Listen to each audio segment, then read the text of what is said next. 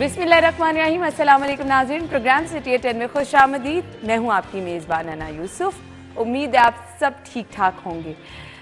बड़ों का एहतराम कीजिए, बड़ों की ज़िंदगी में जो अहमियत है उसको समझिए। घरों में बड़ों का होना कितना बाबरकत होता है ये उन लोगों से पूछें जिनके सर पे वो सलामत नहीं है। तो कदर कीजिए, अहमियत को समझिए। प्यार मोहब्बत के दो बोल उनके लिए काफ़ी होते हैं। आज के प्रोग्राम का बाकायदा आगाज़ करेंगे। सबसे पहले हमारे पास खबरें होंगी, लेकिन जिनकी बर्थडे है उनको भी हमने विश करना है। उसके लिए आपको इंतज़ार करना होगा। 11:05 पर हमारे मेहमान भी उसी सेगमेंट में हमें ज्वाइन करेंगे। सबसे पहले आज की खबरें। ओपीडीज़ में काम बंद है, मरीज परेशान है, यंग डॉक्टर्स हड़ताल पे हैं। जी,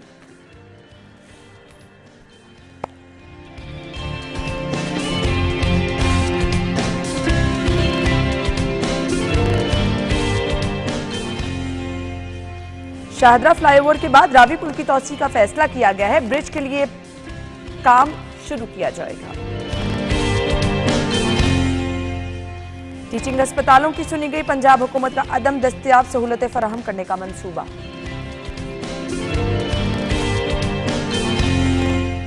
सरकारी और निजी स्कूल्स के शहर से बाहर तफरीही दौरों पर पाबंदी आएगी।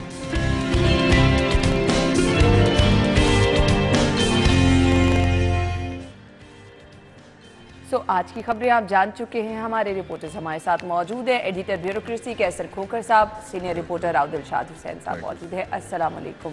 वालेकुम सलाम। क्या हाल चाल है खोकर ठीक ठाक, अल्लाह का शुक्र। खोकर साहब क्यों परेशान लग रहे हैं? बिल्कुल बिल्कुल, मैं फ्रेश हूँ जी, मैं तैयार हूँ बिल्कुल। और ये पहली हमारी खबर जो है यंग डॉक्टर्स के हवाले से, मैं इसकी तैयारी कर ली है जी। अच्छी बात है, आप तैयारी कर ली है। यानी पेपर भी दे दो। यानी अब आप डॉक्टर्स की साइड ले रहे हैं कि वो सही कर रहे हैं कि मरीज मैं इस वाले से मरीजों के साथ हूँ, क्योंकि अस्पताल का काम जो है ना पेशेंट केयर होता है, और डॉक्टर जो होता है वो मसीहा होता है। उसका काम अपना काम छोड़ना नहीं होता। जिस तरह अगर साफी अपना काम छोड़ देगा तो वो तनख्वाह कहाँ से लेगा, नौकरी कहाँ से निकलेगी, अदारे कहाँ से चलेंगे। इसलिए पुलिस वाले अगर अपना काम छोड़ देंगे तो अमन अमान कैसे कंट्रोल होगा। अगर अदालतें अपना काम बंद कर देंगी, फिर भी मार्जिन होता है। अदरवाइज तो ये मतलब कोई जस्टिफिकेशन नहीं है आपको काम नहीं छोड़ना। एक बंदा अगर बीमारी की हालत में आपके पास आ रहा है और उसको ऐसे लग रहा है कि खुदा के बाद दूसरा सहारा आप ही हैं, मतलब अब कल चिल्ड्रन हॉस्पिटल किसी ने रेफर किया कि जी हमारी वहाँ पे सिफारिश कर दें, बच्चा बीमार है, हमने वहाँ लेके जाना है, और वहाँ पे जाके उनको पता चल रहा है हड़ताल है। वो अपना बीमार बच्चा लेके, जिसकी वॉमिटिंग नहीं रुक रही, हाथ में लेके खड़े हैं, कोई देख नहीं रहा, और वो इस वजह से नहीं देख रहा कि हड़ताल चल रही है। जी बिल्कुल, ये बड़े जुल्म की बात है। और जो डॉक्टर का कत्ल हुआ है ये भी एक जुल्म की बात है, लेकिन उस पर पुलिस काम कर रही है। पुलिस उस पर, क्योंकि वो कत्ल है और ब्लाइंड मर्डर है, तो डॉक्टर का कत्ल हुआ, हम उसके साथ हैं। आप मुझे सिर्फ ये बता दें कि उसके पीछे हमने बच्चों को, बीमार लोगों को मारे चले जाए। लेकिन वो बात गलत है। बीमार बच्चों को अटेंड करना चाहिए, और बीमार जो मरीज है उनको भी डॉक्टरों को अटेंड करना चाहिए। डॉक्टरों को किसी भी सूरत हड़ताल नहीं करना चाहिए। डॉक्टर मसीहा होते हैं, इनका काम ही मरीजों की खिदमत करना होता है, और मरीजों को जो है रिलीफ देना, उनका इलाज मालजा करना होता है। लिहाजा इलाज से इनकार नहीं होना चाहिए। लेकिन वैसे इनका जो एहतजाज है वो एक अपनी जगह वो एहतजाज बनता है। एक हॉस्पिटल की ओपीडी की बात कर रहे हैं ना, मियों की, वो बंद होने से कितना नुकसान है, कितने मरीज सफ़र करते हैं। और कल की तारीख में जो आज भी है सिलसिला मियो की, सर्विसेज की, चिल्ड्रन की, जिना की, सबकी ओपीडीज में इन डॉक्टर्स ने काम बंद किया था। राव साहब देखिए, मुझे तो वो हाई कोर्ट की डायरेक्शन याद आ रही है, जब लाहौर हाई कोर्ट ने ये फैसला किया था कि यंग डॉक्टर्स या डॉक्टर्स एहतजाज नहीं कर सकते। और इसका इम्प्लीमेंट कब हुआ था माजरत के साथ? और ये फैसला तो दिया गया था जब ये पीक पे थी यंग डॉक्टर्स की मूवमेंट, और मुख्तलिफ इशूज़ के हवाले से, MTI एक्ट के हवाले से, और डिफरेंट इशूज़ थे। हमेशा यंग डॉक्टर्स ही क्यों हड़ताल करते हैं, मुझे ये भी नहीं समझ आता। बस ये हमारी ये कौमी अलमिया है कि एक वाक़या हुआ, उस वाक़या को आड़ बना के फिर उसके बाद मुसलसल, जिस तरह से आप कल मुझे इत्तेफाक हुआ सर्विसेज हॉस्पिटल जाने का, तो सर्विसेज हॉस्पिटल की जो ओपीडीज़ थी वहाँ पर काफ़ी ज़्यादा लोगों को इश्यूज़ थे, और हर रोज़ होते हैं। फिर एमरजेंसी है, फिर इतनी बड़ा मियो हॉस्पिटल है, वहाँ पर भी इसी तरह के इशूज़। चिल्ड्रन हॉस्पिटल की आप बात कर रही हैं, अब मुझे बताएं कि ये जो चिल्ड्रन हॉस्पिटल है लाहौर का, ये कैटर कर रहा है आपके बहुत सारे अजला को। तमाम जो अजला हैं वहाँ से ओपीडी बंद होने का मतलब बता दें कि कितने मरीज परेशान वापस होंगे। वो उनकी तादाद तो थाउजेंड्स में होगी ऑब्वियसली।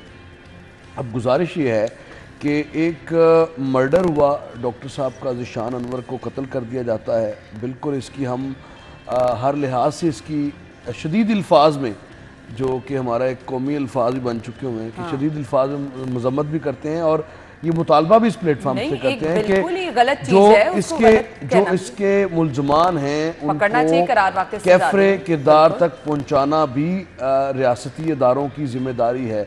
और फिर उसमें अगर यंग डॉक्टर्स ये सोचेंगे कि हम एहतजाज करके शायद कोई अपनी बात को मनवा लेंगे या उनको फांसी चढ़वा लेंगे, शाहीनाबाद चौक जो गुजरात का है वहाँ पर उनको फांसी लगवा लेंगे, तो ये भी इनकी गलत फहमी है। मुलजिम अगर पकड़े भी जाते हैं तो वो एक तफ्तीश का मरहला है, उसके बाद चलान प्रोसिक्यूशन है, पूरी प्रोसिक्यूशन अभी आपको नहीं पता कि उनकी कोई जाती दुश्मनी की बिना पर हुआ है, कोई ऐसी फैमिली में रंजिश हो जाती है, लोग इंतहाई कदम तक, जब आपको पता ही नहीं तो आप क्यों मरीजों गुजारिश ये है कि आपने जो सजा दे दी है पंजाब के अवाम को, जिनके टैक्स पे से आपके घरों की तनख्वाहें आपको तनख्वाहें जाती हैं, आप मरात इंजॉय करते हैं, जिस हॉस्टल में बैठकर आप सियासत करते हैं उसके अखराजात उन्हीं लोगों की के खून पसीने की कमाई से आपके पास आते हैं, जिनके खिलाफ आप जो सरापा एहतजाज बनकर और उनके लिए आप मुश्किलात पैदा कर रहे हैं। तो ये जो खुला इम्तियाज़ है और इसमें बिल्कुल गवर्नमेंट को इस हवाले से स्ट्रिक्ट मेजर्स लेने की ज़रूरत है कि ये कोई तरीका नहीं है कि एक वाक़या हुआ इसका मतलब ये है कि अगर कल को कोई रिक्शा ड्राइवर का कोई मर्डर होता है तो फिर रिक्शा ड्राइवर सारे बंद कर दें अपने ऑटोज़। मतलब कहीं किसी और प्रोफेशन में कोई टीचर होता है, कोई खुदा ना खास्ता कोई वाक़या होता है तो फिर वो टीचर्स भी सारे पढ़ाना छोड़ दें। फिर मतलब ये क्या तरीका है, किस तरफ आप चल पड़े हैं? अपनी जिम्मेदारी का तो एहसास करें। लोग बेचारे पता नहीं किस तरह किराया खर्च करके लोग पहुंचते हैं आपके पास और आपको शर्म नहीं आती। किसी को आप बड़े मजे से सियासत कर रहे हैं, अपने माँ बाप बड़े मजे से सियासत कर रहे हैं, देखा जाता, तो शर्म ही नहीं आपको आती। हमेशा आप सियासत करते हैं। अब ये डॉक्टर शुएब नियाज़ी साहब जो हैं ये बड़े मजे से इनके बयानात छाप रहे हैं, रोजाना इनकी प्रेस कॉन्फ्रेंस हो रही है, इनकी कवरेजेस हो रही हैं और इनको शर्म नहीं आती। ये एक तो कौम के पैसे से ये पहले डॉक्टर बने और उसके बाद फिर जब खिदमत की बारी आई, और खिदमत भी कौन सा मुफ्त कर रहे हैं, तनख्वाह लेते हैं सरकार से, फिर प्राइवेट अपनी प्रैक्टिस भी करते हैं, समझ रहे हैं। उसके बावजूद इस तरह की मैं ये समझता हूँ कि इस वक्त मीडिया जो है ना उनको इनका बाइकआउट कर देना चाहिए, जो 48 डॉक्टर है। बहुत अच्छी ऑप्शन आपने लिया, बहुत अच्छी ऑप्शन। इनकी खबरें नहीं चलानी चाहिए, इनकी आवाज हकमे बाला तक नहीं पहुंचानी चाहिए जब तक ये अपना एहतजाज खत्म नहीं करते, हड़ताल खत्म नहीं करते, मरीजों को जब तब चेकअप नहीं करते, इनका एहतजाज इनकी कोई खबर ही ना चलाएं। और जब ये आप इनकी शहरी भी इनका सोशल बाइकाट करें, और शहरी इनका सोशल बाइकाट करें। जहां ये रहते हैं, जिन मोहल्लों में, जिन एरिया में यंग डॉक्टर्स रहते हैं, वहां पर शहरी भी इनको मुंह ना लगाएं और इनको शट अप कॉल दें ताकि इनको कोई शर्म आए। आप अपना काम तो करें। ठीक है, आपने अगर अपना एहतजाज रिकॉर्ड कराना है 10 मिनट 15 मिनट आप अपनी कर लें, आप कोई एहतजाज करें, आप जाके बेशर्मो, एक तो आप आते ही लेट हो, एक तो सर्विसेज ना होने के बराबर है अस्पतालों में। ये तो कुछ आपको याद है वज़ीर आला पंजाब ने क्या कहा था कि अगर खुदा ना खास्ता कभी इधर पेशेंट लाना पड़ जाए तो मैं तो कभी भी किसी को नहीं कहूंगा कि सर्विसेज हॉस्पिटल में, वो आपने गढ़ बनाया हुआ है। क्यों बेड़ा गर्क हुआ? इतना पैसा खर्च होता, बिलियंस ऑफ रुपीज खर्च होते हैं, लेकिन इनको शर्म नहीं आती। आए रोज हड़ताल, आए रोज नहीं, हर बात का इन्हें हल यही लगता है कि हड़ताल हो जाएगी, ओपीडी में काम बंद कर लेंगे।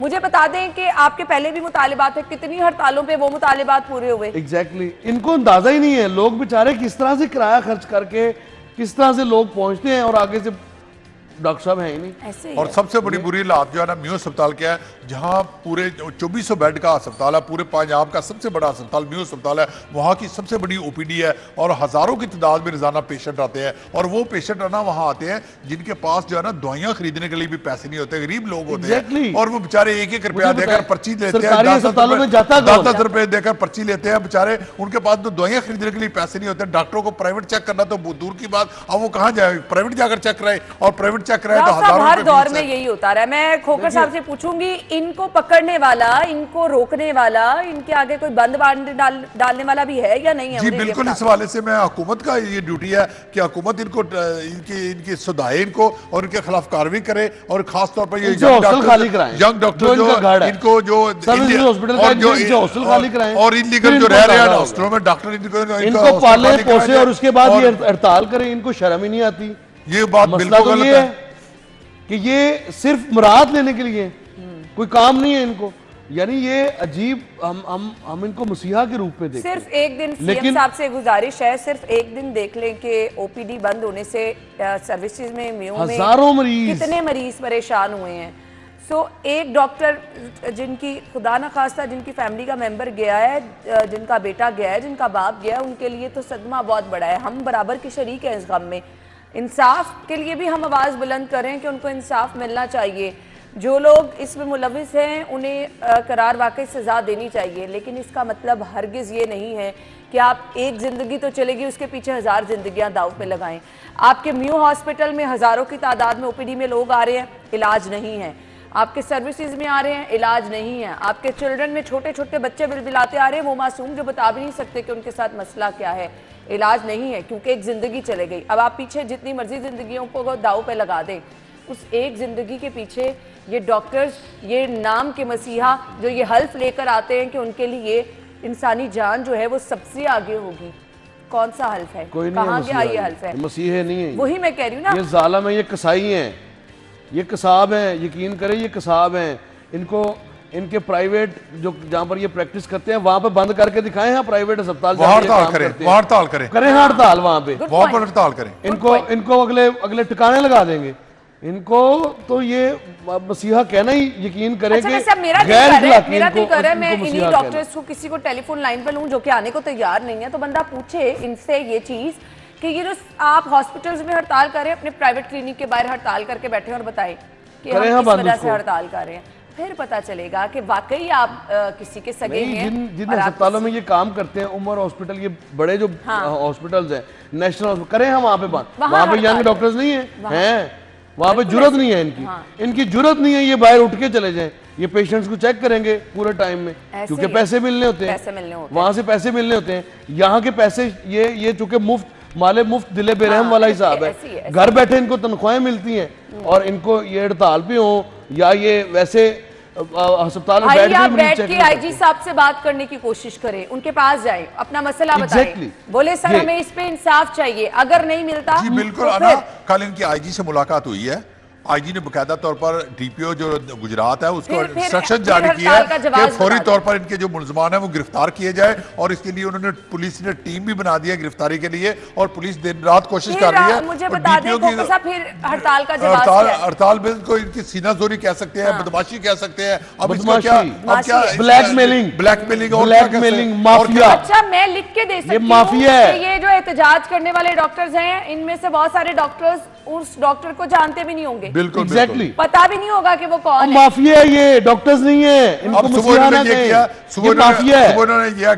ये माफिया है, खोखर साहब माफिया कहें इनको। म्यू अस्पताल की ओपीडी में आए हैं, पीछे से बिजली का मेन स्विच बंद कर दिया, और जो डॉक्टर आकर मरीज चेक करने के लिए बैठे हुए थे ना, उनको कमरों से जबरदस्ती निकाल दिया, और जो नहीं निकला उसकी बाहर से उसकी बाहर से कुंडी लगा दी डॉक्टर के, उसकी बाहर से कुंडी लगा दी, और उसको कहा वो बेचारा अंदर बंद हो गया, बिजली बंद होगी और पखे बंद हो गए, तो उसने फिर कहा मुझे निकाले, उसको कहा कि आप निकले बाहर और आप यहाँ से ना बैठे, आप कोई पर्ची नहीं साहब ने कहानी सुनाई है कि आपने बिजली का पीछे से कनेक्शन बंद कर दिया, और जो पर्ची काटने के लिए आए उनके कमरों को ताले लगा दिए, और जो पर्चियां काटने के लिए आए की कमाई से ये पलते हैं, ये डॉक्टर बनते हैं, जो पर्चियां फिर उन्हीं को खबर करते, जो पर्चियां काटने के लिए आए डॉक्टर मरीजों की, उनको वहां से जबरदस्ती धक्के देकर उठा दिया कि आप पर्ची ना काटे, और वहां कंप्यूटर बंद कर दिए कि पर्ची ना कटी जाए। इस तरह इन्होंने डॉक्टर म्यू अस्पताल में किया जी। ये तो जी वो होता है ना, हम मूवीज में देखते हैं कि जहाँ कहीं भत्ता वसूल करना होता है, ये हालात किए जा रहे होते हैं। ये भत्ता माफिया ही है। हाँ, तो ये कौन से महजिब कौम में डॉक्टर्स ऐसे करते हैं? डॉक्टर्स का तो एक मकाम होता है, डॉक्टर्स की तो लोग रिस्पेक्ट करते हैं। डॉक्टर को देख के तो आपको ये एहसास हो रहा होता है कि बस ये आपको बचा लेंगे,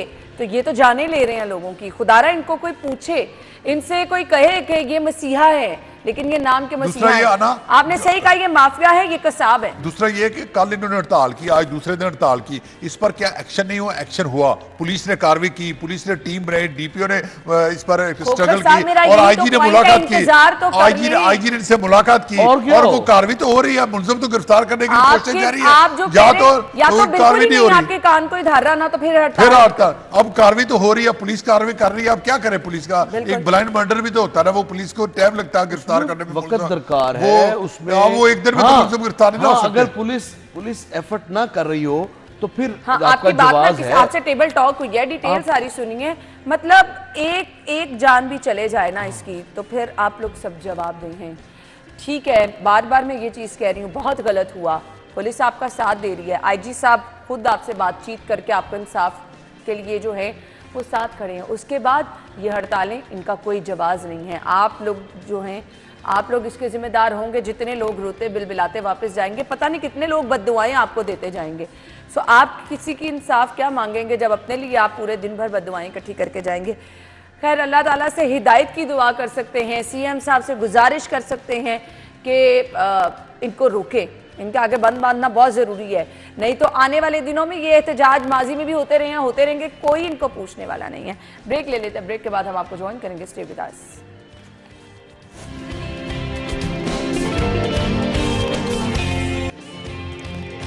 अच्छा जी, आपको एक बार फिर से खुश आमदीद कहेंगे। ब्रेक से पहले बहुत डिटेल में हमने यंग डॉक्टर्स की बात की, हिदायत की ही दुआ कर सकते हैं, लेकिन इसके साथ ही क्या लिखा हुआ है। मैं तीसरी खबर पे पहले आना चाहूँगी और वो ये है जी, टीचिंग अस्पतालों की सुनी गई।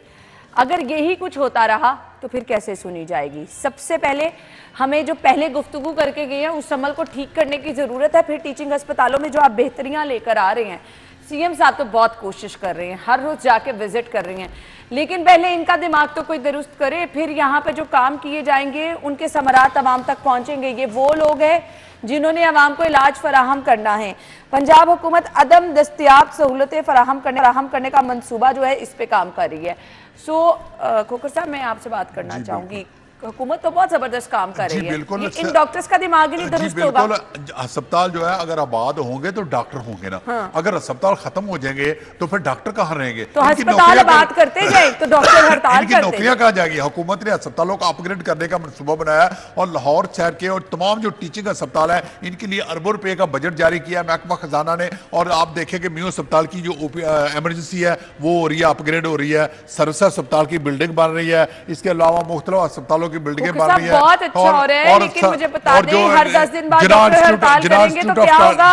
जिना अस्पताल में जिना इंस्टीट्यूट ऑफ कार्डियोलॉजी बन रहा है और इस हवाले से मुख्तलिफ, और लाहौर में कैंसर अस्पताल बन रहा है। जी, मैं कह रही हूँ कि अगर ये सब कुछ होता जाएगा, ये डॉक्टर ही हड़ताल करते रहेंगे तो इन चीजों का क्या फायदा? जी बिल्कुल, डॉक्टरों को चाहिए कि हड़ताल ना करें, डॉक्टरों को चाहिए कि अपनी ड्यूटी पर आए और अपनी ड्यूटी करें डॉक्टरों की। और डॉक्टर का काम है ड्यूटी करना, और हड़ताल करना। जब उनके नाम के साथ मसीहा लग गया तो फिर उनको मसीहा बनकर भी दिखाना चाहिए ना। कोई ऐसा दौर बता दे राव साहब कि ये डॉक्टर हड़ताल नहीं करते। हर दौर में इनकी हड़ताल देखी, इनकी बदमाशी, इनकी गुंडागर्दी देखी है हर दौर। अब मिसिंग फैसिलिटीज की तरफ मेरा ख्याल आता है, तो मिसिंग फैसिलिटीज पर अब गवर्नमेंट ने फैसला किया कि 1 अरब रुपए खर्च होंगे। खतीर रकम है, और वही बात के अवाम के खून पसीने की मिसिंग कमाई है। में आता क्या मुझे सिर्फ ये बता दें, यहाँ तो वॉशरूम नहीं है, पंखे नहीं है, एसी बंद है, छतें टपक रही हैं, तो ये पैसे इनफ हैं? अगर हम सिर्फ टीचिंग अस्पतालों की बात करें तो देखिए, टीचिंग हॉस्पिटल्स में खराब है, आपके पास व्हील चेयर्स नहीं है। Something is better than nothing. आप एक चीज नहीं है और उसकी अवेलेबिलिटी के लिए अगर आप कोई एफर्ट कर रहे हैं तो वो मेरा ख्याल काबिल सताइश है। अब इसकी तरफ हमें आना है, और बात यह है कि आपने 1 अरब रुपया खर्च करना है, और ये उन्हीं के खून पसीने की कमाई है जो बेचारे इलाज के लिए वहाँ का रुख करते हैं। और कभी कहीं पर पंखा नहीं होता, कोई बैठने का इंतज़ाम नहीं होता, पानी नहीं है गर्मियों में, सर्दियों में कोई साया नहीं है, तो मरीजों के जो लवाहकीन दूसरा ना जो 1 अरब रुपया जा रहा है, 1 अरब रुपये में डॉक्टरों की जो ऑपरेशनल अखराजात है वो भी शामिल है। यानी कि उनकी तनख्वाह, उनकी मरात भी शामिल है डॉक्टरों की, और अस्पतालों की मिसिंग सहूलतें भी शामिल है, अस्पतालों के अद्वियात भी शामिल है, अद्वियात भी शामिल है। ये सारा 1 अरब रुपया खर्च होगा, और इनको डॉक्टरों को इतने पैसे हुकूमत दे रही है, और डॉक्टर कहते हैं जी हम हड़ताल पर है। और डॉक्टर्स को तो सिर्फ पैसों से गर्ज है, डॉक्टर्स को तो हम ये लफ्ज कसाब का कोई शौक से यूज नहीं कर रहे। इनकी हरकतों की वजह से हमें मजबूरन ये ना चाहते हुए अपने जो हमें जिन्हें हम मसीहा समझते हैं उनको उनके लिए लफ्ज़ कसाब यूज़ इसीलिए करना पड़ रहा है कि उनका रवैया दुरुस्त नहीं है। सबसे पहली बात है रवैया जब तक दुरुस्त नहीं होगा। मैं कल सर्विसेज हॉस्पिटल में गया था और सारा वहाँ पर उसको रेनोवेट करने के लिए, उसको रिवैम्प करने के लिए बहुत बड़े पैमाने पर वहाँ पर जो डेवलपमेंट का काम है वो जारी है। अब मुझे बताएं कि इतना पैसा लगा के क्या वहाँ पर वज़ीर आला पंजाब मोहसिन नकवी ने खुद इलाज करवाना है वहाँ पे? वो किसकी सहूलत के लिए है? वो आवाम की सहूलत के लिए है। म्यो अस्पताल किसके लिए है? वज़ीर आला के सबसे ज़्यादा जो दौरे हैं वो अस्पतालों के हैं, वो अस्पतालों के हैं। क्यों हैं? कि वो चाहते ही हैं कि अस्पतालों में जो प्राइवेट और सरकारी अस्पताल के कॉन्सेप्ट है इसके फ़र्क को ख़त्म करना है, वो चाहते ही हैं। लेकिन आगे जो माले मुफ्त दिले बेरहम वाला जो सोच है, जो एक मसीहा के रूप में कसाब का लबादा ओढ़े जो डॉक्टर्स, यंग डॉक्टर्स की शक्ल में बैठे हैं, बल्कि प्रोफेसर्स भी जो चेक नहीं करते मरीजों को, जो 11 बजे आते हैं और 1 बजे उनकी ड्यूटी पूरी हो जाती है, भारी भरकम तनख्वाहें इमरात लेने के बावजूद, और डॉक्टर अस्पतालों में पता क्यों आते हैं? उनकी सिर्फ 2 घंटे ड्यूटी है। अस्पतालों के जो पेशेंट है उनको अपने प्राइवेट क्लिनिक पर शिफ्ट करने के लिए आते हैं और आकर उनको घेर कर पेशेंट को इस तरह तंग करते हैं, इस तरह जलील करके चेक करते हैं पेशेंट को कि पेशेंट तंग आकर उनके प्राइवेट क्लिनिक पर जाता है। प्रैक्टिस तो ये है कि सरकारी हॉस्पिटल में डॉक्टर्स एक दफा विजिट करके चले जाते हैं, बाकी फिर नर्सों के रहमो सब कुछ दिखावा। आप आते हैं ओपीडी में हो या सब कुछ दिखावा है सरकारी अस्पतालों में। मैं काफी मरतबा ये बात कर चुका हूँ कि हर जगह पर एलडीए जैसे इदारे में बायोमेट्रिक अटेंडेंस हो सकती है, तो वाई नॉट इन हॉस्पिटल्स? आप इसको लाजमी करें और इनकी तनख्वाह करें आर्ली बेसिस पे। जितने घंटे काम करेंगे उतनी तनख्वाह दें इनको। हाँ जी। और बायोमेट्रिक सिस्टम के तहत इनको तनख्वाह दें। ले आप ये काम करके देख लें, ना तो कोई छुट्टी करेगा ना ही कोई हड़ताल पे जाएगा। इनका बस जब ये जाए इनका अंगूठा लगवाएं और इनके जो वर्किंग आवर्स हैं उनको कैलकुलेट करके तनख्वाह दें, जैसे दुनिया पूरी में। चाय पीने के लिए कोई डॉक्टर जाता है तो वो लंबा चला जाता है, खाना खाने के लिए गया तो लंबा चला गया। कैंटीन आबाद है, कैंटीन आबाद है, अस्पताल में हॉस्टल्स आबाद है। हाँ। लेकिन ओपीडीज वीरान है। ऐसे वो क्यों वीरान है? वो इसलिए वीरान है कि प्रायोरिटी नहीं है। हाँ।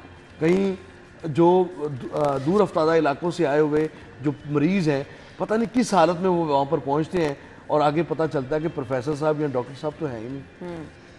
वो तो 11 बजे आए थे, 11 बजे आए थे अपने ससुराल की तरह, 11 बजे आए थे और 11:25 में वो चले भी गए वापस। तो ये वो रवैया है जिसको तब्दील करने की जरूरत है, जिस पर हम बार बार बात कर रहे हैं। अब बड़े अफसोस के साथ कि हमें इंतहाई पढ़े लिखे तबके के लिए इस तरह की गुफ्तगू करना पड़ रही है और वो इनके रवैये की वजह से है। अगर मैं आपको कहता हूँ कि आप कोई मॉर्निंग शो करें हॉस्पिटल में, शिकायत के अंबार ना लग जाएंगे तो फिर कहिए ना। अब हमारी जो नौजवान नस्ल है यही वजह है कि उनमें डॉक्टर बनने की जो ख्वाहिश है वो कम होती जा रही है। स्टूडेंट जो है ना वो देखें किसी भी स्कूल में जाएं तो वहाँ पर फौजी वर्दी पहनकर आ रहे होते हैं कि फौजी बनना पसंद करते हैं कि हम फौजी बनेंगे, क्योंकि फौजी जो है वो दहशतगर्दों के खिलाफ लड़ते हैं और अपनी जानें कुर्बान करते हैं। अपना आज है वो हमारे कल के लिए वो कुर्बान कर देते हैं। लेकिन कोई भी बच्चा जो है ना डॉक्टरों का लिबास पहने स्कूल में नहीं आएगा। अब जब ये फंक्शन होते हैं ना स्कूलों में कि आप क्या बनना चाहते हैं मुस्तकबिल में, वो लिबास पहनकर आए तो बहुत कम बच्चे डॉक्टर बनकर आते हैं, ज्यादातर फौजी बनकर आते हैं। इस वजह से ये देखिए इनका इमेज खराब हो रहा है डॉक्टरों का, और डॉक्टर इस तरह की हरकतें कर रहे हैं। लेकिन हम दुआ गो हैं जहां पर ये मिसिंग फैसिलिटीज के लिए इतने जबरदस्त बजट रखा गया है, इस पर भी जल्दी अमल दरामद हो। लेकिन साथ ही साथ डॉक्टर्स को भी काम करने की आदत होनी चाहिए। हमने डेंगू की मौजूदा सूरत हाल पर बात करनी है। ब्रेक होगी, ब्रेक के बाद आएंगे, हमारे साथ रहिए।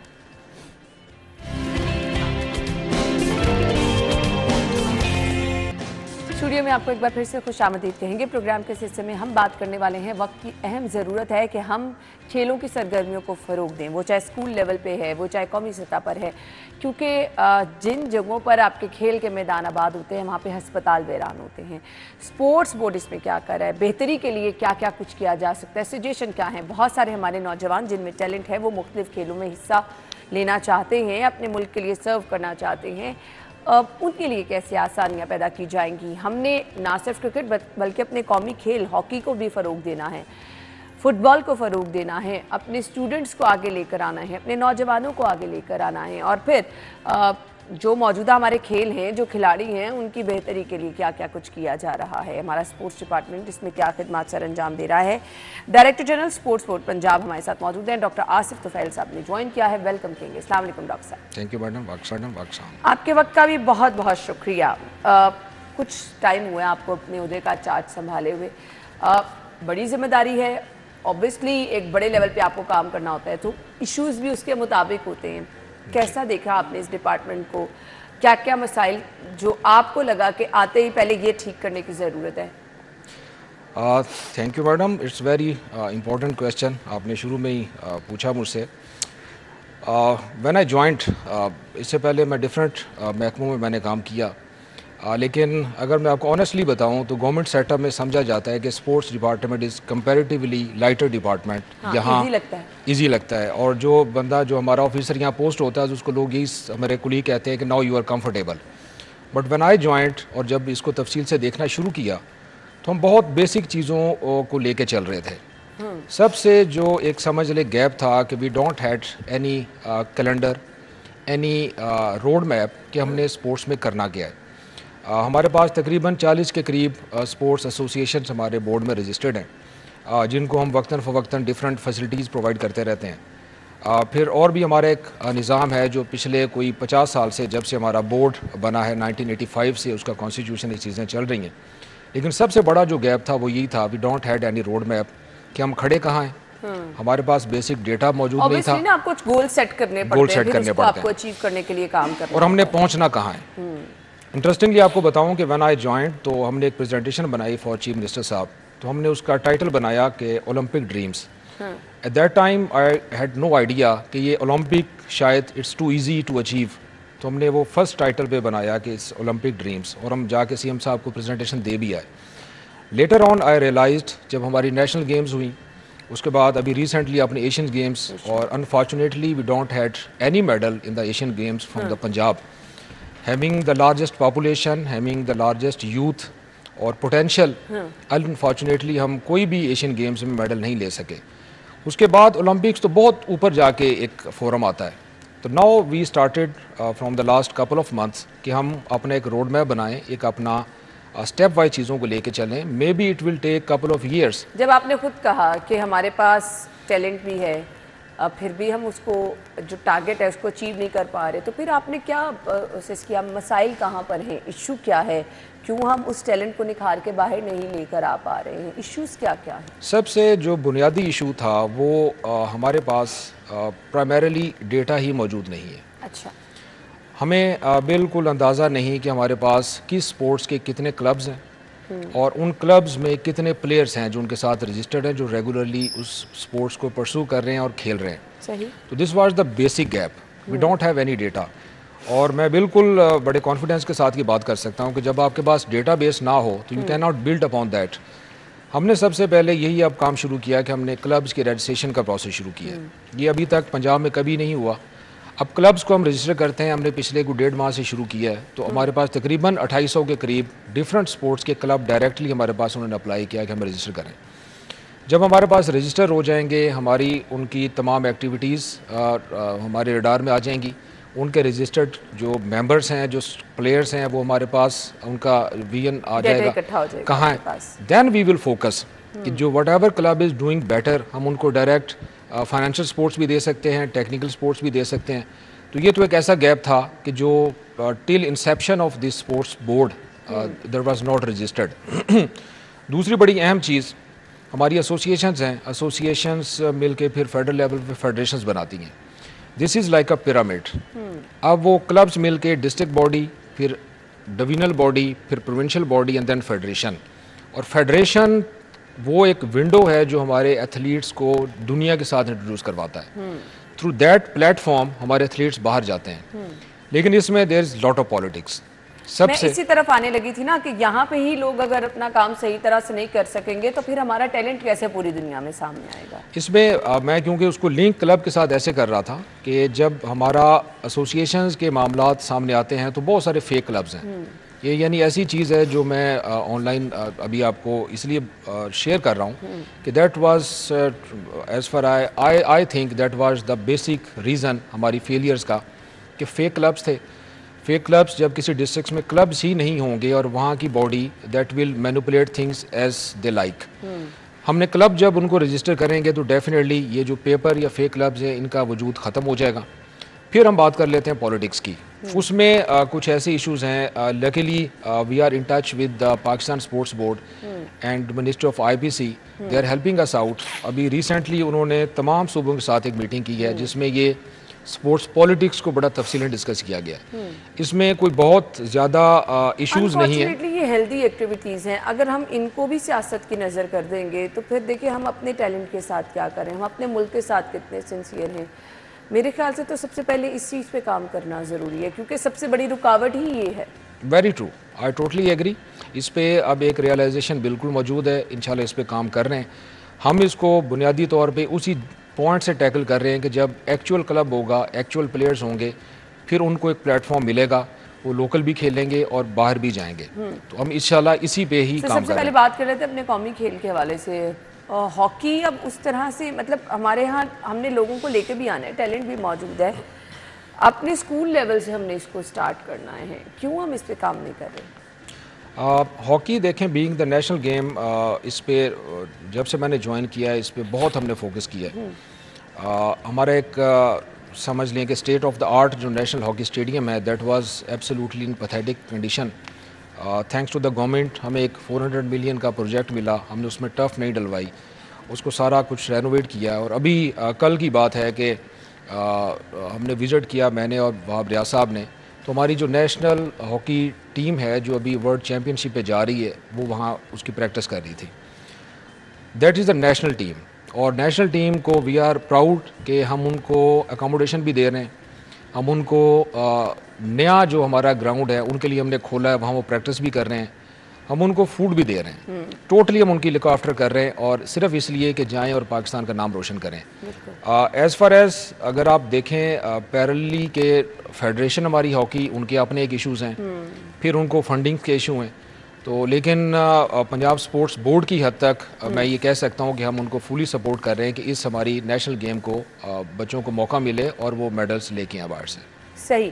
अच्छा जी, मुझे लगता है कि हमें अपने नौजवानों के लिए कुछ ऐसे गेट टुगेदर्स भी हमें करने चाहिए जिनमें हम स्कूल्स के स्टूडेंट्स को इनवाइट करें, और हमारे पास बहुत टैलेंट सर ऐसे सामने आ सकता है। सो इससे रिलेटेड कोई एक्टिविटी अरेंज की जाती है टाइम टू टाइम? हमने अभी रिसेंटली अक्टूबर से अपना नया calendar, sports calendar in Punjab शुरू किया। उसमें टैलेंट हंट के नाम से हमने अंडर 16 जिसमें स्कूल ही के बच्चे आते हैं, अक्टूबर में हमने हॉकी और मैट रेसलिंग पे काम किया, अभी नवंबर में हमने टेबल टेनिस और बैडमिंटन पे काम किया। उसमें बेसिक लेवल पे हमने स्कूल के बच्चों ही को लेके आए, जो लोकल क्लब्स थे, जो स्कूल्स थे, उनमें से बच्चों को लिया, उनके ट्रायल करवाए, टीमें सेलेक्ट की, वहाँ से फिर ये तहसील, डिस्ट्रिक्ट और डिवीजन लेवल पे किया। तो इस पे जो I am very happy to share with you कि हमारा अपना स्पोर्ट्स कैलेंडर हम उसको नोटिफाई कर चुके हैं। हमने बेसिकली इस साल 10 ऐसी गेम्स जो पॉपुलर हैं, जिनका इंफ्रास्ट्रक्चर हमारे पास मौजूद है at the tehsil level even, क्योंकि हमारा डिस्ट्रिक्ट स्पोर्ट ऑफिसर, तहसील स्पोर्ट ऑफिसर, उनके पास हमारा स्पोर्ट फैसिलिटीज़ भी मौजूद हैं। तो हमने 10 को चूज़ किया है और उसको हम एज अ कैलेंडर लेके चल रहे हैं, और उसमें बेसिक नर्सरी हमें स्कूल से ही मिलती है। अंडर 16 का मतलब ही यही है कि हमारे स्कूल्स के बच्चे आएंगे और वहाँ जो क्लब्स होंगे उनके बच्चे, और वहाँ से टैलेंट हंट का सिलसिला शुरू होगा, फिर वो उनका लेवल रेज होता जाएगा। सही। सो इसके साथ साथ मुझे ये भी बताइएगा कि हम स्टूडेंट्स में जो टैलेंट है उसकी बात तो कर ही रहे हैं, बहुत सारे जो प्लेयर्स हैं वो अपॉर्चुनिटीज़ की तलाश में होते हैं, वो कहते हैं हमें राइट कोई ऐसा प्लेटफॉर्म नहीं मिलता जहाँ से हम आगे जा सके, हमें कोई ऐसा स्पॉन्सरशिप नहीं मिलता जो हमें सपोर्ट कर सके, हम क्यों कोई पब्लिक सर्विस ऐसे मैसेजेस या फिर कोई ऐसी कैंपेन नहीं चलाते कि हम उस टैलेंट को आगे लेकर आए, उन्हें एक जगह पे इकट्ठा करें? इसमें अगर आप देखें ना तो ड्यूअल रोल है।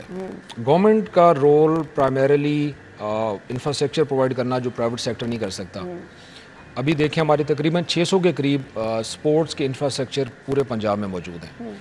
हमारे हंड्रेड्स ऑफ ऑफिसर हैं वो काम कर रहे हैं, और हम सारे उनको फंडिंग इनको ये भी देते हैं। इन बच्चों को ग्राउंड में लेके आना, उसमें एक शेयर्ड रिस्पॉन्सिबिलिटी है, जिसमें हमारे क्लब्स, फिर हमारी एसोसिएशंस, हमारे अपने ऑफिसर्स, सर इनका तो हमारी सबसे families। बड़ा इशू फंडिंग का होता है कि हमें हुकूमत सपोर्ट नहीं करती, हमें फंड्स वैसे नहीं दिए जाते।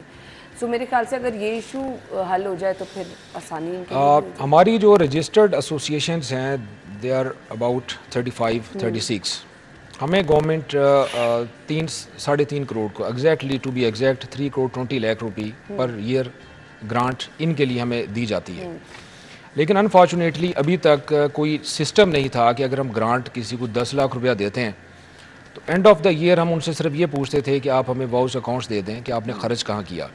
अभी साल हमने एक बड़ा कम्प्रीहेंसिव परफॉर्मेंस ऑडिट बनाया है। सही। हम यानी अब हमारा सिंपल फार्मूला ये है कि we will give you not 10 lakh rather 20 lakh, लेकिन आपको हमें बताना पड़ेगा कि आपने पिछले साल क्या किया, सही। अचीवमेंट्स क्या हैं और अगले साल आप क्या करना चाहते हैं। क्या करना चाहिए? They have to notify their sports calendar for the full year. पूरा इस साल 23 का वो हमें स्पोर्ट्स कैलेंडर देंगे कि हम ये करवाएंगे, फिर हम उनको ग्रांट देंगे। सही। फिर हम उनकी पूछताछ इस हवाले से करेंगे कि आपने कितने प्लेयर्स प्रोड्यूस किए, कितना आपने ट्रांसपेरेंट रखा, कितना आपने मेरिट को इंश्योर किया। सर क्या समझते हैं आपको जो बजट प्रोवाइड किया जाता है स्पोर्ट्स की बेहतरी के लिए, बहाली के लिए, इनफ होता है कि उसमें आपको इश्यूज होते हैं? Budget is definitely not enough. अगर हम जैसे आपने शुरू में खुद ही कहा कि if our sports ground are okay the hospitals will be vacant, that is a fact. हमारा उस तरह से बजट नहीं है, लेकिन लकीली सीएम साहब ने हमें इस साल 2 अरब रुपए का एक एंडोमेंट फंड प्रोवाइड किया है। सही। वो 2 अरब हमारे पास आ गया है। उससे जो हमें प्रॉफिट होगा तो उससे डायरेक्टली हम प्लेयर्स डेवलपमेंट पे काम करेंगे। प्लेयर्स को हम स्कॉलरशिप देंगे, उनको इक्विपमेंट प्रोवाइड करेंगे। उन्होंने अगर कंपटीशन में पार्टिसिपेट करना है, बाहर जाना है, हम उनको ट्रैवल के एक्सपेंसेस देंगे, उनको उनके डाइटरी रिक्वायरमेंट्स वो पूरी करेंगे। तो ये एक बहुत बड़ा इनिशिएटिव है जो गवर्नमेंट ने अभी लिया है, हमें 2 अरब का एंडोमेंट फंड बना के। कि आप आसानियां लोगों के लिए पैदा करें हैं। मेडिसिन क्लिनिक का कयाम अमल में लाया गया। मेडिसिन क्लिनिक जी बिल्कुल हमारा एक अंडर कंस्ट्रक्शन मेरे ऑफिस के बिल्कुल साथ हमने उसको बनाया है। That is complete now. I recently visited घूकी हॉस्पिटल, क्योंकि वहाँ ऑर्थोपेडिक का और एक फिजियोथेरापी का बहुत अच्छा सेटअप है। And they were very happy कि वो हमारे पास एक आउटडोर बेसिस पे अपने डॉक्टर्स कंसल्टेंट भेजेंगे, जिसमें उनका फिजियोथेरापिस्ट होगा, जिसमें उसका न्यूट्रिशनिस्ट होगा, इवन साइकोलॉजिस्ट होगा, क्योंकि हमारे स्पोर्ट्समैन के ये बड़े सीरियस इश्यूज हैं इन तीनों चीज़ों में। बिल्कुल आपने। और फिर अगर खुदा ना खास्ता कोई इंजरी होती है तो देन जो स्पोर्ट्स सर्जन और स्पोर्ट्स मेडिसिन के कंसल्टेंट है that will be in their hospital and we will refer the patient the player to that hospital. अब इंशाल्लाह होपफुली हम यकम से उसको शुरू करने जा रहे हैं। वो 2 दिन के लिए या 3 दिन के लिए यहाँ आएंगे। जितने स्पोर्ट्समैन, जितने एथलीट्स हमारे लाहौर में मौजूद हैं, वी विल इन्वाइट दैम कि आएँ, अपना बेसिक्स वो जो है ना चेकअप करवाएं, जिसमें उनका वेट, हाइट, स्पोर्ट्स में एक वर्ड यूज़ होता है structuring and conditioning. That is the basic parameters जिस पे किसी भी एथलीट को जज किया जाता है। उस पे वो इंशाल्लाह करेंगे तो हमारे एथलीट्स को बहुत हेल्प मिलेगी। चलिए जी, हम आपको गुड लक कहना चाहेंगे स्पोर्ट्स की बेहतरी के लिए। जो जो इनिशिएटिव आप ले रहे हैं वो वक्त की अहम ज़रूरत है। मैसेज क्या देना चाहेंगे देखने वालों को? देखें, इसमें ये मैसेज मुझे भी उस वक्त रियलाइज़ हुआ जब मैं देना चाह रहा हूँ, जब I join the sports department. Sports हम यूजुअली ये समझते हैं कि this is just a physical activity. This is absolutely not a physical activity. ये अगर हम देखें तो हम बच्चों में डिसिप्लिन पैदा कर रहे हैं, टॉलरेंस पैदा कर रहे हैं, और सबसे बड़ी बात उनमें टीम वर्क पैदा कर रहे हैं। ब्रदर, मैं कहूँगा कि this is the actual character building of the children. Agree. और जब कैरेक्टर बिल्डिंग आप करेंगे तो फिर आपकी नेशन बिल्डिंग होगी। बिल्कुल आपने सही। तो मैं मैसेज ये देना चाह रहा हूँ कि हम बच्चों को every kids must play some game. हम कैटेगराइज करते हैं कि ओलंपिक गेम्स हैं, ये नॉन ओलंपिक गेम्स हैं, ये ट्रेडिशनल गेम्स हैं। वट एवर गेम वो उसका आप उसको कैरियर के तौर पे लेते हैं, दैट इज़ फाइन। आप नहीं लेते देन अगेन योर चॉइस। लेकिन गेम प्ले करना that is the character building, जो ऑनेस्टली स्पीकिंग हम स्कूल्स में विदाउट गेम्स ओनली एकेडमिक्स पे फोकस करके बच्चों को ये तरबियत नहीं दे सकते। सही। मैंने छोटे छोटे बच्चों को स्विमिंग में, स्क्वैश में, बैडमिंटन में खेलते, आपस में लड़ते, the level of tolerance we need to raise. उनके पेरेंट्स को लड़ते, यानी रिसेंटली ये लास्ट संडे को एक बच्चों ने क्रॉलिंग का कंपटीशन कराया एक एनजीओ ने। तो there were 1 year old 1.5 year old they were crawling, और उसमें से जो जीत गए तो parents were fighting which either. तो मैंने उनको ये कहा कि this is the thing we need to build a tolerance, Exactly. we have to work on the team work। तो मेरा मैसेज यही कि हम किसी ना किसी स्पोर्ट में, हमारी लाहौर की अगर स्पोर्ट फैसिलिटीज़ देखें, ये किसी भी दुनिया की सहूलतों से कम नहीं। हमारा स्विमिंग पूल, हमारा टेबल टेनिस, हमारा बैडमिंटन, हमारा हॉकी, फुटबॉल, इवन आर्चरी, तो किसी न किसी स्पोर्ट्स में ज़रूर बच्चे जो है ना उनको होना चाहिए। That will build their personality. बिल्कुल, और ये पेरेंट्स के लिए बड़ा अच्छा मैसेज है, क्योंकि इससे ना सिर्फ आपके बच्चे में एक टैलेंट होगा, उसको निखार दिला सकेंगे, बल्कि उसकी पर्सनालिटी यकीन मानिए इतनी ज़बरदस्त ग्रूम हो जाएगी कि आप खुद देखेंगे कि वो कितना ज़बरदस्त तरीके से सोसाइटी में परफॉर्म कर सकता है। Thank you so much sir, आपके वक्त का बहुत बहुत शुक्रिया। नाज़रीन, हम ब्रेक के बाद आपको ज्वाइन करते हैं।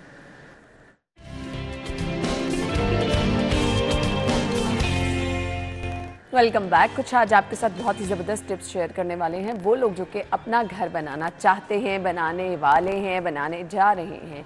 हम अपना जब घर बना रहे होते हैं तो हमारी कोशिश होती है कि बस अपने घर में वो सब चीज़ें कर लें जो आप चाहते हैं, जो हम हमेशा से आपका ख्वाब रहा है। घर छोटा हो बड़ा हो, उसमें आपको सुकून होना चाहिए, वो कंफर्टेबल होना चाहिए, उसके दरो दीवार आपको सुकून देने चाहिए, क्योंकि जब सारा दिन थक के आप घर जाते हैं और एक दफ़ा जब घर बन जाए तो फिर उसमें चेंजेस लेके आना भी आपके लिए चैलेंज बन जाता है। सो हम बज़ाहिर अक्सर ऐसा होता है कि घरों में जब हम घर बना रहे होते हैं तो हम बज़ाहिर जो शोशा जिसको कहा जाता है उस पर काम कर लेते हैं, लेकिन मजबूती पे हम काम नहीं करते। वो चीज़ें जो देर पा चल सके उस पर काम नहीं करते हैं। छोटे घर में हम अक्सर इतना ज़्यादा फर्नीचर रख देते हैं या दीवारों की चौड़ाई या दीवारों का कलर इस तरह का कर देते हैं कि वो घर के साथ सूट नहीं हो रहा था। हमने छोटे घरों को बड़ा कैसे दिखाना है और वो एक जो होते हैं ना फील क्रिएट करनी है कि ये आपका घर है, वो कैसे करनी है। हमारी आज की मेहमान हमें बहुत ज़बरदस्त टिप देंगी, आर्किटेक्ट इंजीनियर फातिमा अलवी। उन्हें अपने शो में खुशामदीद कहेंगे। अस्सलाम वालेकुम जी। वालेकुम अस्सलाम। थैंक यू सो मच, आपके वक्त का बहुत बहुत शुक्रिया। मुझे पहले ये बताइएगा, हम बड़े घर बने हुए देखते हैं, लेकिन ऑब्वियसली जो एक एक्सपर्ट के एक्सपीरियंस के मुताबिक घर बना होता है उसकी लुक ही अलहदा होती है। सो क्या रोल होता है एक आर्किटेक्ट का? देखिए, आर्किटेक्ट का एक बहुत इम्पॉर्टेंट रोल है। बेसिकली घर बड़ा है या छोटा है उसके लिए आपको एक स्पेस चाहिए, जगह होनी ज़रूरी है। आजकल जिस तरह से शहर बड़े हो रहे हैं और हमारे पास जगह का कंस्ट्रेंट आ रहा है, तो जो आर्किटेक्ट है या जो डिज़ाइनर है वो आपको मैक्सिमम, इवन छोटी जगह के हवाले से भी, वो मैक्सिमम आपकी स्पेस को बेहतरीन तरीके से यूटिलाइज़ करेगा और वेस्ट नहीं होने देगा। और उसके अलावा इस तरह की भी आपको ऑप्शंस मिलती हैं उस सारे घर के प्लानिंग के साथ, जो कि आगे जाके आपकी स्टोरेज के हवाले से, आपकी लिविंग के हवाले से आपको एक कंफर्टेबल स्पेस भी मिलती है, मल्टी फंक्शनल स्पेस भी होती है। बिल्कुल। तो इसके लिए बहुत ज़रूरी है कि कहीं ना कहीं आप अपने कुछ खर्चे को कट कर लें, लेकिन इस जगह पे आप एक एक्सपर्ट से राय ज़रूर लें। ये बहुत ज़रूरी है, क्योंकि आपकी ज़िंदगी भर की जो जमा पूंजी है वो लग रही होती है और आप कॉम्प्रोमाइज़ इस पे कर देते हैं, जो बहुत अहम चीज़ है। फिर आपके घर की वो लुक भी नहीं आती है। अच्छा, कुछ लोग चाहते हैं कि घर अंदर से खुला हो, कुछ लोग चाहते हैं बाहर से हवादार हो, विंडोज़ होनी चाहिए। आप अपनी हमें वो जो कहते हैं ना एक्सपर्ट ओपिनियन क्या देंगी? बुनियादी चीज़ें, आपका घर हवादार, खुला, छोटा भी है तो वो कैसे हो सकता है? देखिए, घर जो है वो रिफ्लेक्शन है जैसे हम सोचते हैं, हम रहते हैं। इंसान ने सबसे पहले, चाहे वो गार के ज़माने का इंसान था, उसने घर बनाए थे और फिर आहिस्ता आहिस्ता बस्तियाँ बनी थी और फिर एक आदमी जो थका हुआ घर आता है, फाइनली वो अपने घर आता है उस सारी चीज़ के लिए। तो घर जो है, जैसे आपने पहले कहा था, उसके अंदर सुकून होना बहुत ज़रूरी है। उसके और बहुत पहलू हैं, लेकिन आज जैसे मैं ज़रा छोटे घर के हवाले से ज़रा बात ज़्यादा करना चाहती हूँ। प्लानिंग बहुत इम्पॉर्टेंट है। उसमें एक चीज़ का हमें ये ख्याल रखना है कि जैसे अगर जगह का कंस्ट्रेंट है तो उसके अंदर हम छोटे छोटे डब्बे बनाने की बजाय मल्टी फंक्शनल स्पेसेस के हवाले से सोचें। यानी कि एक जगह है, उसके अंदर हम काफ़ी ज़्यादा फंक्शंस भी रख सकते हैं। हो सकता है उसके अंदर आपकी स्टडी, आपका लाउंज, आपकी और काफ़ी सारी एक्टिविटीज़ उस एक स्पेस के अंदर हैं। ओपन प्लानिंग की तरफ हम क्या जा चाहते सकते हैं कि अगर छोटा सा लेट्स सपोज 5 मरले का घर है, उसमें हम अपना स्टडी एरिया अलहदा से बना लें, कुछ स्पोर्ट्स एरिया भी होना चाहिए, कुछ सिटिंग भी बहुत अच्छी होनी चाहिए, कुछ लोग उसी में ही सर्वेंट क्वार्टर भी बनाना चाहते। अब ये चीज़ें तो चैलेंज हो जाती है ना, कैसे चैलेंज हो जाती है, नामुमकिन नहीं है। अच्छा, मतलब ये चैलेंज ज़रूर हो जाती हैं, कई दफ़ा डिफ़िकल्ट भी हो जाती हैं, लेकिन यही चैलेंजेस जो हैं इनोवेशन की तरफ लेके जाते हैं। Exactly. उसके अंदर अगेन हमारे पास हाइट आ जाती है, हम ऊपर चीज़ें ले जा सकते हैं एक फ्लोर की बजाय। उसके अलावा फिर कुछ ऐसी चीज़ें हैं, स्क्रीन ऑफ कर सकते हैं कुछ एरियाज़, कि आपका कुछ एरिया ऐसे है कि वो कुछ वक्त के लिए, अगर आपको कोई प्राइवेट, अगर आपने वहाँ पे जिम रखा हुआ है, आप उसको स्क्रीन ऑफ कर दें, बाकी वो दोबारा से खुल जाए और आपकी उस लाउंज स्पेस का ही हिस्सा बन जाए। इसके अलावा फिर आप जो है इस तरह से भी सर्वेंट क्वार्टर्स भी आप बेसमेंट बना सकते हैं, ऊपर ले जा सकते हैं। ये वो डिसीजंस होती हैं शुरू की, जिसमें इनिशियली आपको लग रहा होता है कि आपका पैसा ज़्यादा लग रहा है, और उस वक्त कई दफ़ा हम उस वक्त ये डिसीजंस नहीं लेते, फॉर एग्ज़ाम्पल बेसमेंट की या क्वार्टर्स को ऊपर को ले जाने की, लेकिन बाद में ये बहुत आपकी लाइफ को आसान कर देती हैं। तो इनिशियल प्लानिंग जो है ना इज़ वेरी इंपॉर्टेंट, बहुत ज़रूरी है। बिल्कुल। अच्छा, मुझे बताइएगा कि क्या रोल होता है, हम अगर पहले घर देखें जो इवन आपने कभी वॉल्ड सिटी में अगर विज़िट किया हो तो घर ठंडे भी बहुत लगते हैं, उनकी वॉल्स मतलब अगर पुरानी भी हैं तो वो आपको खुशनुमा सा एहसास दिला रही होती हैं। सो कैसा उनका डिज़ाइन, कैसे हम फॉलो कर सकते हैं वो डिज़ाइन? देखिए, जिस तरह से जो वॉल सिटी के घर हैं वो बहुत फैसिनेट करते हैं, और अब आजकल जिस तरह के घर बन रहे हैं वो इस तरह के हैं कि जिस तरह से हमें एक लाइफस्टाइल बताया जा रहा है कि हमें इस तरह से ज़िंदगी गुजारनी चाहिए, हमारे पास ये चीज़ें होंगी, ऐसी गाड़ी होगी, ऐसा हमारा वो होगा, तो वो घर बड़ा परफेक्ट होगा। इसमें हम भूल जाते हैं, मैं दोबारा वॉल सिटी के रेफरेंस से बात कर रही हूँ, कि हमारा मौसम कैसा है, हमारा रीजन कैसा है, हमारे पास लोकल मटेरियल्स क्या अवेलेबल हैं। वॉल सिटी के जो घर थे उनमें इन सारी चीज़ों का ख्याल रखा जा रहा था। छोटे से छोटा भी जो घर होता था उसके अंदर एक छोटा सा कोर्टयार्ड होता था, या अगर नहीं है तो एक मग होता था जिससे लाइट आती होती थी, हवा आती थी, बरामदे थे, एक बरामदा भी है और कोर्टयार्ड है, तो मेन सारी एक्टिविटीज़ उस कोर्टयार्ड के साथ अटैच्ड हो रही हैं।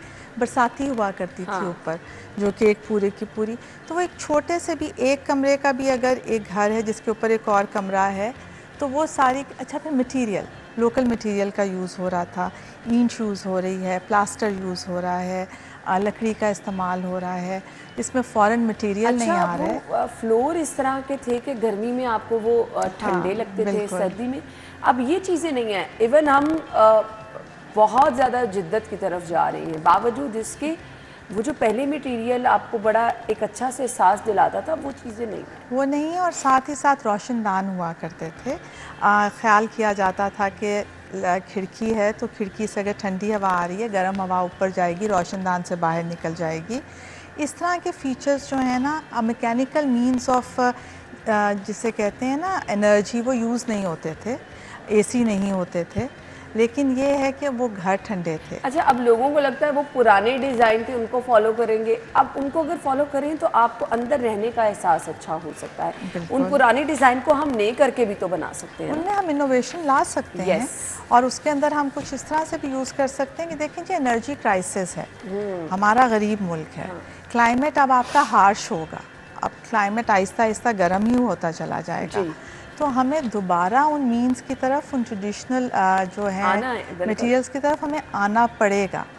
तो बेहतर है कि हम उस तरह से सोचना शुरू कर दें अपने घरों को और अपने फिर शहरों को भी प्लान करने के हवाले से। बिल्कुल ऐसे ही है। मैसेज क्या देना चाहेंगे देखने वाले? मैसेज मैं यही देना चाहूँगी कि बहुत अच्छा है कि हम मॉडर्न टेक्निक्स और उन सब चीज़ों से बड़े इंस्पायर होते हैं, बट दोबारा मतलब हमें ये ज़रूर देखना चाहिए कि हम किस रीजन से ताल्लुक़ रखते हैं, और हमारे पास जो मटेरियल्स और मीन्स हैं हमने उनको बेहतरीन तरीके से यूज़ करना है, और उसके अंदर हमें सस्टेनेबल आर्किटेक्चर की तरफ जाना चाहिए जिसमें हम अपनी एनर्जी को कंजर्व कर सकें। बिल्कुल बिल्कुल, और ये वो डिसीजन है अगर आप ले लेते हैं लाइफ लॉन्ग आपको फ़ायदा पहुंचाएंगे, आपके घर के लिए बहुत अच्छे होंगे, बार बार आपको काम अपने घर में नहीं करना पड़ेगा। थैंक यू सो मच, आपके वक्त का बहुत बहुत शुक्रिया। हमारी और आपकी मुलाकात कल होगी सेम टाइम पर, तब तक के लिए इजाज़त दीजिए, अल्लाह हाफ़िज़।